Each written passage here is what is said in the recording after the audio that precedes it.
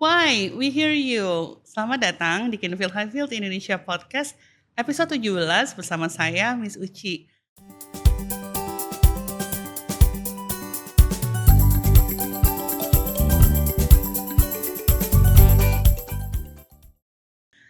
Hari ini kita kedatangan tamu istimewa yang akan memperkenalkan pada kita apa sih gamifikasi. Dan gak perlu berlama-lama, saya akan langsung memperkenalkan beliau. Mr. Bagas, bagaimana kabarnya hari ini? Sehat, baik. Terima kasih. Terima kasih ya sudah datang berkunjung ke podcast Kinfield Highfield Indonesia. Dan hari ini memang kita akan khusus membahas tentang gamifikasi ya. Oke. Tapi baik. sebenarnya Mr. Bagas ini seorang apa nih di Kinfield Highfield Indonesia? Saya guru di kelas 6, primary 6. Dan spesialisnya adalah mengajar matematika dan komputer. Oh baik, berarti sekarang hari ini kita akan membahas gamifikasi yang diterapkan di kelas Mr. Bagas berarti ya? Iya. Oke. Dan yang pasti apa yang akan nanti Mr. Bagas bagikan itu tidak hanya untuk Mr. Bagas, tapi juga untuk teman-teman yang akan nonton. Mr. Bagas akan berbagi banyak dengan kita dan saya yakin dan percaya sih kita semua akan belajar banyak juga sama-sama. Pertanyaan pertama nih Mr. Bagas, apa sih gamifikasi? Oke, jadi kalau setiap kali ada orang datang ke saya bertanya mengenai gamifikasi, biasanya mereka akan mulai dengan pertanyaannya, oh berarti menggunakan banyak game ya dalam pelajaran gitu ya? Atau boleh dong share link-link mungkin dari internet yang berisi game-game yang bisa mengajarkan matematika misalnya. Saya selalu jawab bahwa saya nggak punya yang itu, nggak banyak. Ada sih game-game tertentu, tapi saya nggak punya stok banyak mengenai itu karena sebenarnya gamifikasi itu sendiri adalah bukan bermain game dalam pelajaran, tapi mengubah pelajaran supaya dia terasa seperti bermain game. Jadi yang kita lakukan adalah mengambil elemen-elemen yang biasa ada dalam game, kemudian kita masukkan ke dalam pelajaran sehingga anak-anak hopefully merasanya bukan seperti belajar tapi seperti bermain game. Ini Mr. Bagas lakukan karena Mr. Bagas mengajar matematika yang secara umum diketahui menjadi momok ya. Ya mungkin harapan aku sih untuk saat sekarang sudah tidak. Tapi secara beberapa generasi sebelumnya kan matematika tuh cukup ditakuti gitu. Apakah itu salah satu strategi yang Mr. Bagas lakukan atau sebenarnya gamifikasi itu bisa dilakukan di mana aja untuk pelajaran apa saja, gimana? Ya pada dasarnya sebenarnya gamifikasi itu penerapannya luas sekali, bahkan awal-awalnya bukan dalam pelajaran. Biasanya ini dalam bentuk teknik marketing. Jadi untuk orang-orang dalam menjual barang-barang mereka supaya pembelinya lebih tertarik, mereka menggunakan sistem gamifikasi ini. Contohnya kalau kita beli sesuatu di suatu supermarket misalnya, kemudian kita mengumpulkan stempel atau stiker, kemudian kita bisa tukarkan dengan diskon atau dengan barang-barang lain, itu sebenarnya udah bentuk dari gamifikasi karena itulah yang kita lakukan di game. Kalau kita di game, kita biasanya mengumpulkan sesuatu setelah ada barnya yang penuh terlihat gitu ya, misalnya di layar, kemudian kita mendapatkan sesuatu ya kan, sebenarnya seperti itu sama. Tapi kemudian saya rasa bahwa hal-hal seperti ini bisa juga diterapkan di pendidikan, di pelajaran ya, dan tidak hanya di matematika saja sih. Semua pelajaran sebenarnya sangat mungkin untuk menerapkan gamifikasi ini. Oh baik. Kalau gitu langsung nih aku ke khususnya. Kan berarti kita tadi udah belajar gamifikasi apa. Terus sebetulnya itu bisa diterapkan di mana aja. Gak cuma pelajaran, bisa dilakukan karena mulainya dari marketing. Strategi-strategi itu bisa dilakukan juga gitu dalam kehidupan, bagian-bagian kehidupan kita yang lain sebenarnya ya. Yang tujuannya adalah mencapai satu goal gitu kan. Mencapai satu target. Nah, kalau metode ini pakai Mr. Bagas untuk menerapkan ini, gamifikasi dalam memberikan pelajaran seperti apa? Oke, jadi salah satunya pertama adalah menerapkan sistem level. Kalau dalam game itu kan biasanya kita akan memainkan level yang mudah dulu, kemudian beranjak pelan-pelan karakter dalam game kita semakin kuat, misalnya semakin punya skill-skill tambahan, kemudian naik ke level selanjutnya dan selanjutnya. Itu yang saya lakukan di kelas. Jadi saya membagi pelajaran itu dalam beberapa level, mulai dari yang tersimpel, termudah, hingga yang kemudian makin lama makin lebih sulit, pada dasarnya lebih mengintegrasikan banyak hal gitu. Jadi saya boleh ambil contoh aja kali ya. Kalau misalnya belajar mengenai pecahan, misalnya pembagian pecahan, mereka akan belajar dulu dari angka-angka yang mudah. Itu level pertama. Saat mereka sudah pass level itu, sudah lulus di level itu, mereka baru bisa naik ke level selanjutnya yang kemudian angka pecahannya lebih rumit gitu, dan kemudian mungkin jadi pecahan yang pecahan campuran dan seterusnya. Itu bertahap level per level, dan sama seperti main game di mana kita nggak akan mungkin naik ke level selanjutnya kalau belum level sebelumnya terselesaikan. Saya pun begitu. Jadi anggaplah di kelas ada 20-an orang, 20 anak. Bisa jadi beberapa anak masih berada di level 1 karena mereka butuh waktu untuk menyelesaikan level itu. Sedangkan anak lain sudah sampai di level 2 atau 3 karena mereka mungkin lebih cepat memahaminya. Which is fine karena memang begitulah saat kita bermain game, kita bisa lihat gak semua orang menyelesaikan satu level di hari yang sama kan. Mungkin ada yang butuh coba lagi sampai akhirnya bisa berhasil. Ada juga yang sekali coba lulus gitu. Itu satu. Yang kedua, saya juga menerapkan tombol retry. Kalau main game gitu kan ada retry button ya. Ini yang menurut saya mungkin paling game changing menurut saya ya. Bahwa kalau kita lihat perbandingannya seperti ini. Kompetisi itu sistemnya kita berusaha, kita gagal, kita kalah. Tapi kalau game, kita berusaha, kita gagal, kita coba lagi. Kita bisa pencet tombol retry itu tadi. Nah, sayangnya sampai saat ini kebanyakan pengajaran itu masih diterapkan seperti sistem kompetisi. Yang mana kalau misalnya nilainya sudah jelek, nilai udah salah 4 dari 10, ya sudah nilai Anda 60 gitu istilahnya. Tapi yang saya lakukan di kelas adalah saat mereka mengerjakan misalnya 10 soal, masih ada salah 4 atau salah 3, ya saya berikan kesempatan untuk mencoba ulang, retry. Saya berikan feedback salahnya di mana, cara yang benernya bagaimana, kemudian mereka coba ulang sampai mereka berhasil. Nah, yang seperti saya sebutkan tadi, kalau sudah berhasil baru bisa naik ke level selanjutnya. Kalau belum berhasil, ya udah coba terus aja, nggak apa-apa. Saya biasanya akan berikan rentang waktu, misalnya satu level bisa dikerjakan dalam 2-3 hari, kalau memang sulit mungkin 3 hari, begitu. Dan satu lagi yang saya terapkan adalah sistem achievement. Kalau kita main game, juga salah satu yang menjadi motivator kita adalah saat ada unlocking achievement gitu ya, kita ada daftar hal-hal yang bisa kita unlock supaya kita mendapatkan trofi. Nah ini saya lakukan juga. Ini fungsinya buat memotivasi. Jadi kalau di kelas saya misalnya, saya buatkan semacam tabel homework atau PR, yang kemudian nanti kalau mereka mengerjakan saya akan berikan stempel di situ. Kalau tabel homework itu full, sudah penuh semua terisi, artinya dia berhak mendapatkan achievement mengerjakan semua PR. Kalau memang ada yang bolong-bolong, ada yang hari itu tidak mengerjakan atau lupa atau segala macam, ya tidak dapat stempel, mereka tidak akan mendapatkan achievement itu. Gitu. Jadi mereka akan lebih terpacu untuk oke, tiap hari aku harus nih ngerjain PR. Gitu contohnya. Oh baik, wow. Penjelasan panjang yang sangat menarik buat saya bisa bahas karena kemudian timbul beberapa pertanyaan nih di kepala saya. Yang pertama, ini pasti membutuhkan kreativitas dari seorang pengajar, seorang guru. Itu ya, pertama kreativitas pengajar. Lalu dari kreativitas itu ini menjadi tantangan yang luar biasa untuk guru. Karena pertama padatnya jadwal mereka, lalu menurut pengalaman Mr. Bagas, apakah ini worth it? Maksudnya cukup efektifkah gitu? Karena seperti tadi Mr. Bagas sampaikan, di satu kelas kan dari 20 anak itu sangat diversifikasi sekali kemampuannya.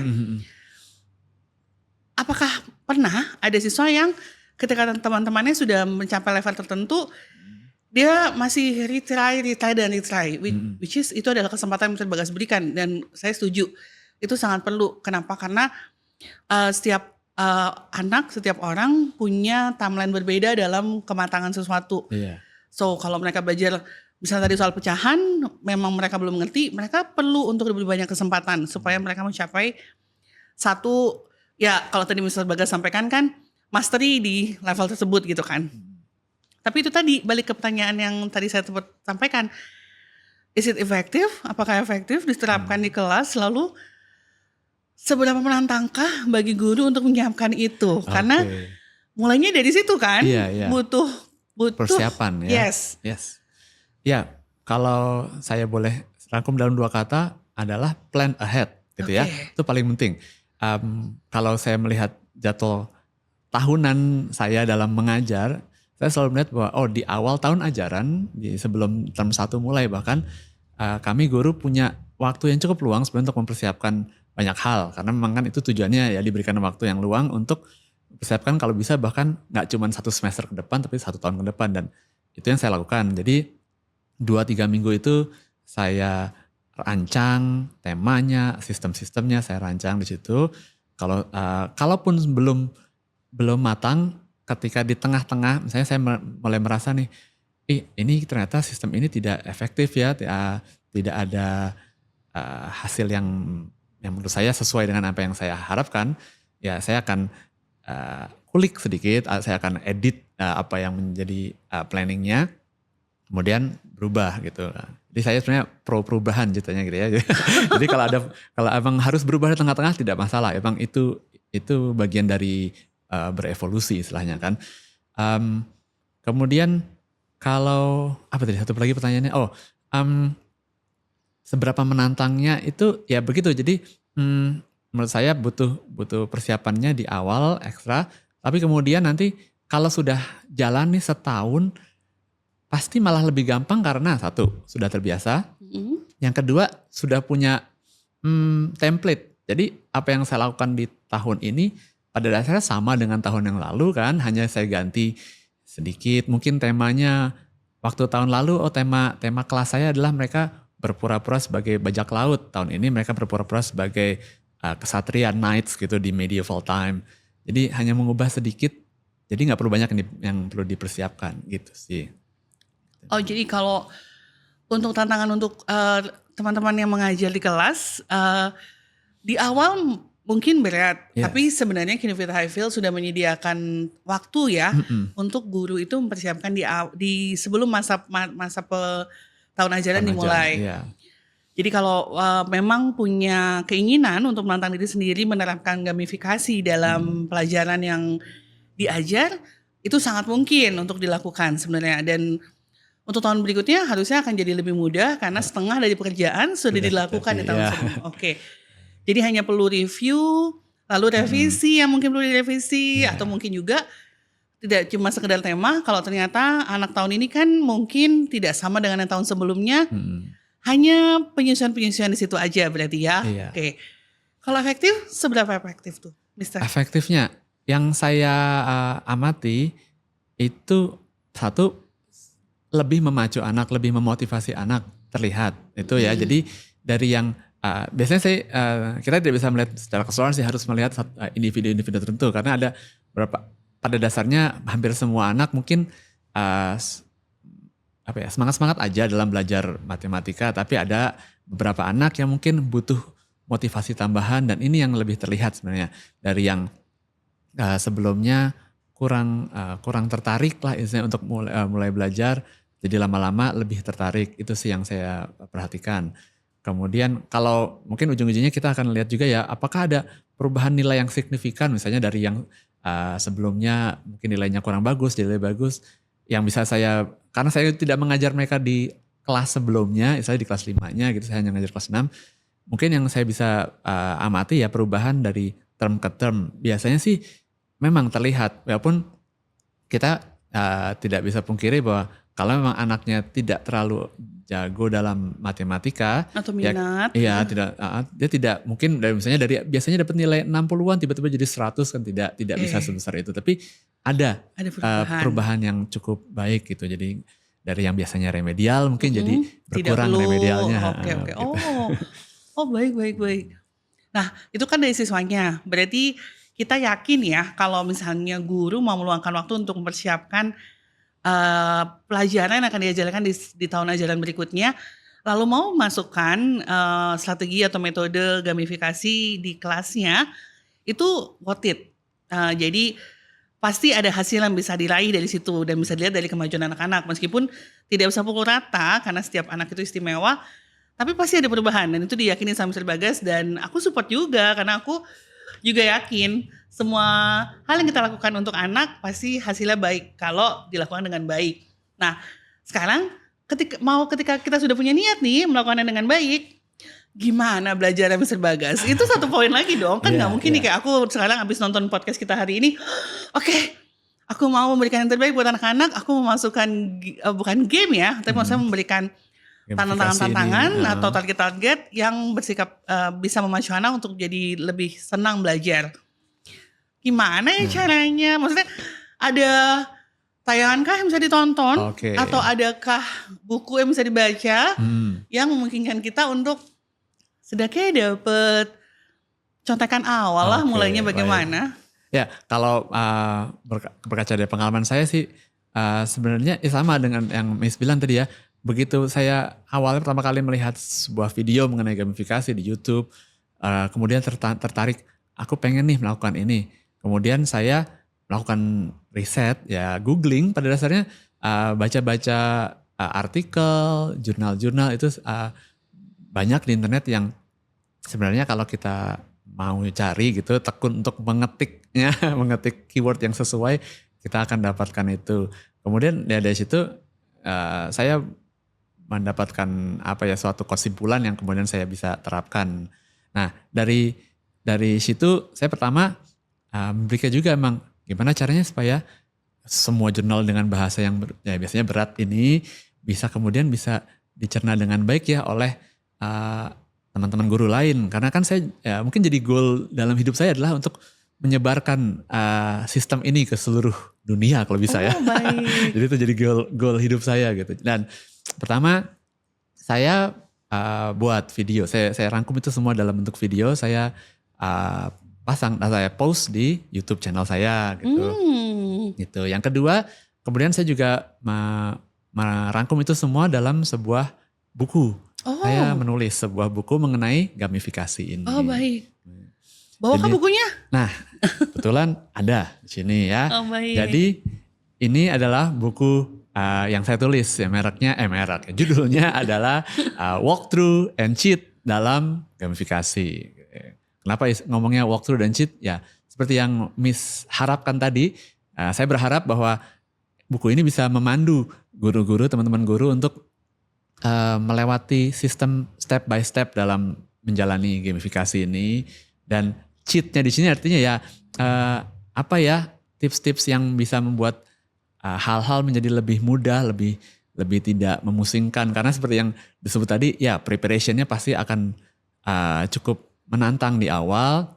Tapi kalau kita akhirnya sudah punya celah-celahnya, ya di sini ada beberapa pengalaman saya ya, bagaimana saya akhirnya memodifikasi suatu hal supaya lebih mudah gitu, supaya lebih tidak membebani. Karena awalnya waktu pertama kali saya mempraktikkan ini di tahun pertama banget itu saya kewalahan jujur.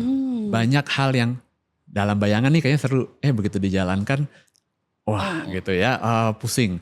Saya bahkan kadang ada yang miss gitu kan, harusnya Mister aku harusnya dapat nih poin di sini, iya lupa karena nggak kebayang. Tapi kemudian kan itu tadi kita perlu berevolusi dari kesalahan kita kan, kita review lagi kita lihat kesalahannya.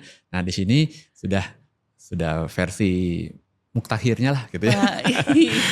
Gitu. Wow, aduh teman-teman yang nonton nih, teman-teman pengajar, itu buat aku sih kabar gembira banget ya, karena ternyata Mr. Bagas sudah mempersiapkan atau membuat satu buku yang bisa jadi cheat sheet. Kalau yang suka main game, seneng banget ya dulu kalau dapat majalah yang isinya tuh kode-kode yang membuat kita bisa walk through gamenya dengan sedikit lebih cepat, apalagi kalau menghadapi musuh-musuh yang agak kuat gitu. Ini Mr. Bagas sudah bukunya bisa dapat di mana nih Mr. Bagas? Bisa sebenarnya kalau Miss mau beli saya langsung bisa, saya ada gitu. Tapi ini satu lagi yang mau aku tanyain. Katanya Mr. Bagas sempat mention kalau teman-teman mau belajar dari YouTube juga boleh. YouTube Mr. Bagas di? Namanya Celoteh Kibe. Celoteh? Kibe, Kibe.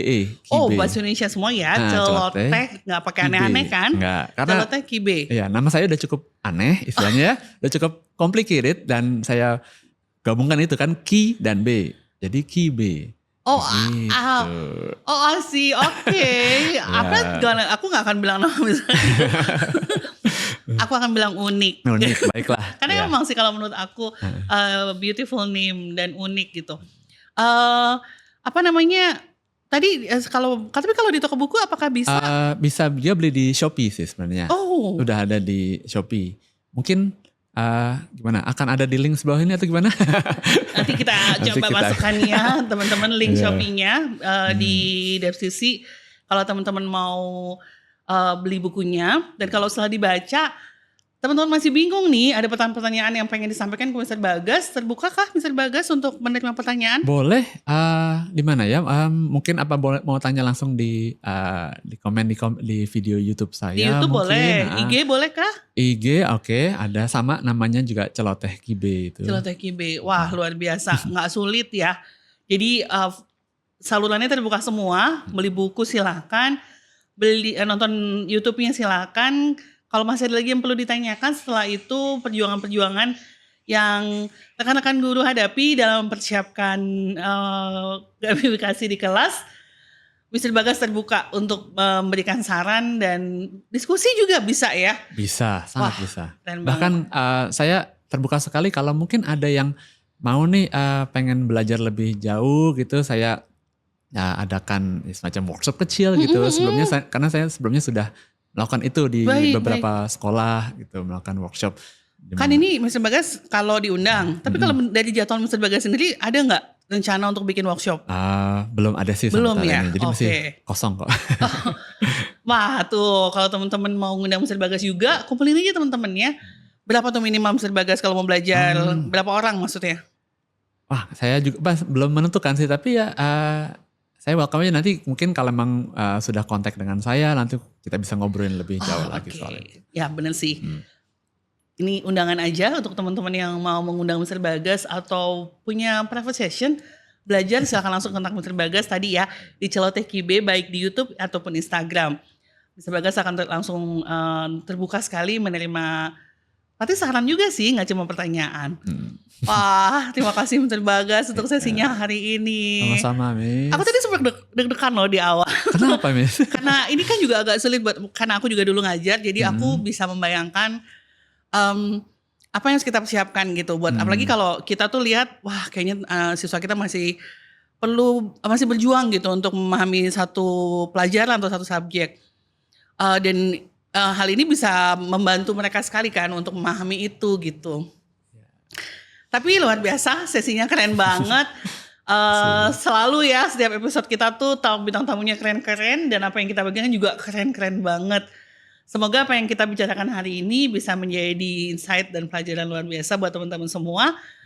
Stay happy and healthy. Miss Uci sign out. Bye-bye. Bye.